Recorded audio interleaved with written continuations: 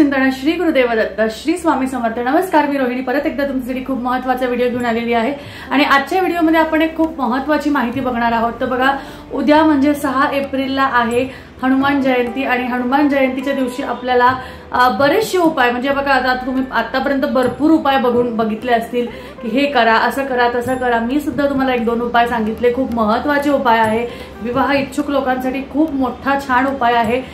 तर तुम्ही चॅनलवर जा किंवा वर लिंकवर वगैरे किंवा डिस्क्रिप्शन मध्ये मी तुम्हाला देऊन देईल। आणि अजून एक उपाय आहे ज्यामध्ये तुम्ही तुमची जर का मनोवांछित इच्छा असेल ती सुद्धा तुमची पूर्ण होऊ शकते। आजचा उपाय आहे जो आपल्याला बघा, ज्या पद्धतीने करणी बाधा वगैरे असतात किंवा तुमच्या घरावर आता बघा पौर्णिमा आहे, अमावस्या पौर्णिमेला काय असतं की तुमच्या घरातल्या ज्या वाईट शक्ती असतात बघा, काही ना काही असलं तरी आपल्या घरात कुठे ना कुठे थोडी प्रमाणात तरी नेगेटिव्हिटी असते किंवा काहींच्या घरात काय होतं, अमावस्या पौर्णिमेला किरकिर होते, वादविवाद होतात, कटकट होते, भांडणं होतात, चिडचिड होते, असं खूप काही ना काही गोष्टी होतात। आणि त्या गोष्टी का होतात तर आपल्या घरात कुठल्या ना कुठल्या प्रमाणात कुठल्या ना कुठल्या ह्याच्यामध्ये निगेटिव्हिटी असते आणि ती निगेटिव्हिटी ह्या अमावस्या आणि पौर्णिमेच्या दिवशी त्या जास्ती भरीव असतात, त्या जास्ती आपण म्हणतो ना की ते जास्ती रिॲक्ट करतात। त्यामुळे त्याला सर्वात जास्ती घाबरणारे त्याला म्हणजे या नेगेटिव्हिटी जी आहे सगळ्यात जास्ती कोणाला घाबरते तर आपल्या हनुमान रायांना। मारुतीच्या समोर कोणत्याही प्रकारची वाईट शक्ती उभी राहू शकत नाही किंवा कुठल्याही प्रकारची वाईट शक्ती तिचं काम करू शकत नाही।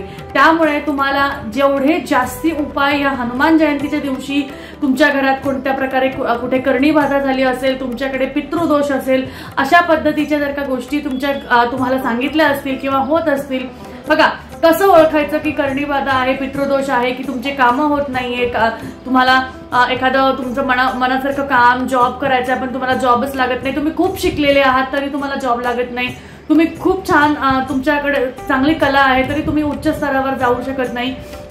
हे असे छोटे छोटे कारणं असतात जे आपल्या सर्वांच्या आयुष्यात असतात आणि त्यामुळे आपल्याला त्याला सुधारण्यासाठी छोटे मोठे उपाय हे नक्की करणं गरजेचं आहे।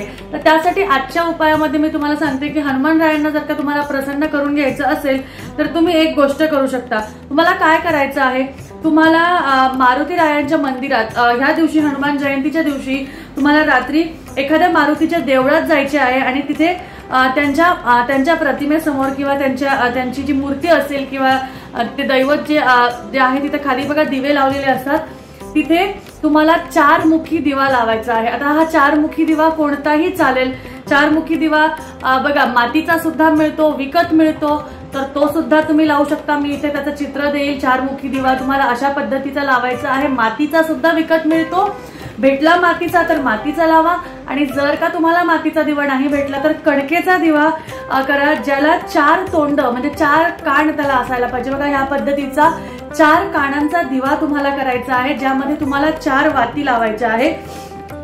तर त्या तुम्हाला चारी बाजूला तुमच्या वाती त्या लागल्या पाहिजे, अशा पद्धतीने तुम्हाला तिथे तो दिवा लावायचा आहे।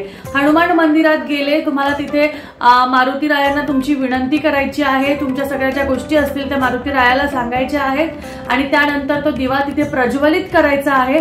आणि ते झाल्यावर तिथेच मंदिरात बसून तुम्हाला 1 पाठ हनुमान चालिसाचा करायचा आहे। 1 पाठ हनुमान चालिसाचा नक्की करणं गरजेचं आहे, कारण मारुती राया तुम्हाला सांगते मारुती राया हे हनुमान चालिसाच्या ह्याच्यावर म्हणजे तुम्हाला सांगते मारुती रायांसमोर जर का तुम्ही बसून हनुमान चालिसा वाचली तर ती चालिसा सिद्ध होते आणि त्याचे फरक तुमच्या आयुष्यात तुम्हाला जाणून मिळतात आणि हनुमान राया प्रसन्न होतात आणि तुमची इच्छा लवकरात लवकर ते खरी करतात। त्याबरोबर तुम्हाला एक गोष्ट लक्षात ठेवायची आहे की मारुती रायाला जेव्हा तुम्ही पूजेला जाल तेव्हा तुम्ही लक्षात ठेवा की ते स्वच्छतेचे देवता आहे, त्यांना स्वच्छता खूप आवडते, त्यांना स्वच्छता ठेवणे खूप आवडते, त्यामुळे फारच ते गरजेचे आहे। लक्षात ठेवा, उपाय करताना ह्या व्यक्तीने शरीराची स्वच्छता, मनाची स्वच्छता, शरीराची पवित्रता, मनाची पवित्रता ही ठेवणे फार गरजेचे आहे।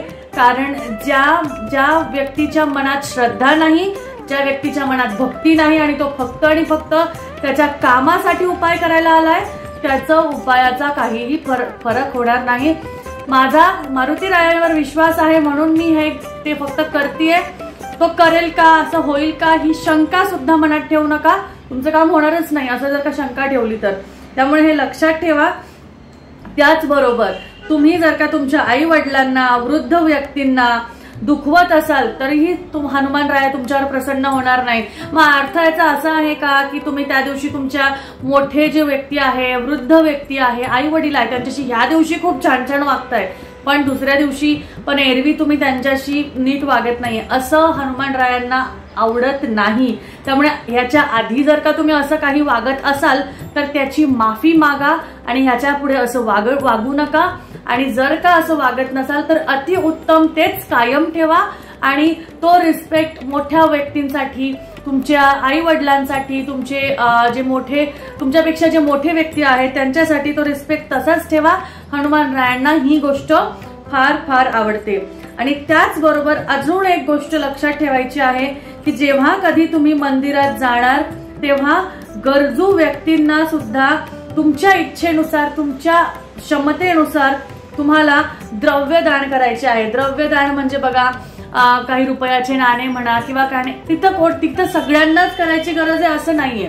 तिथे तुम्ही कोणालाही एकाला करू शकता किंवा अगदीच गरजेचे तुम्हाला वाटले तर तुम्ही त्या दिवशी गरजू व्यक्तींना, आता बघा उन्हाळ्यात, आता थंडीच्या दिवसात आपण ब्लँकेट वगैरे देऊ शकतो, पण आता समजा तुमच्याकडे खूप कपडे पडलेले आहेत तर तुम्ही ते कपडे दिले, त्या कपड्यांबरोबर 1-1 रुपया दिला, 1-1 रुपया दिला तरीही चालण्यासारखं आहे, काही हरकत नाहीये. काहीतरी खायला दिलं, काहीही तुमच्या इच्छेनुसार, तुमच्या क्षमतेनुसार तुम्ही जे काही दिलं ते महत्वाचं आहे. त्यामुळे या प्रकारचा दिवा लावा, हनुमान चालिसेचा पाठ करा. तुमच्या घरातल्या ज्या काही दोष, तुमच्या घरात तुमच्या मागची जी काही इडापिडा आहे ती लवकरात लवकर संपेल आणि हनुमान राया तुमच्यावर प्रसन्न होऊन तुम्हाला लवकरात लवकर त्याचे फळही द्यायला ते तयार होतील. तर बघा, या पद्धतीने आजची माहिती इथेच मी संपवते आणि आजच्या व्हिडिओची माहिती तुम्हाला जर का आवडली असेल तर नक्कीच व्हिडिओला लाईक करा, शेअर करा, चॅनलला सबस्क्राईब करा. तर आजचा व्हिडिओ मी इथे स्वामीचरणी अर्पण करते. आजची दिलेली माहिती इथे स्वामीचरणी अर्पण करते आणि परत तुम्हाला पुढच्या व्हिडिओमध्ये भेटते. तोपर्यंत काळजी घ्या, अशीच आपले व्हिडिओ बघत राहा. परत भेटू. अवधूत चिंतन श्री गुरुदेव दत्त. श्री स्वामी समर्थ. जय जय स्वामी समर्थ.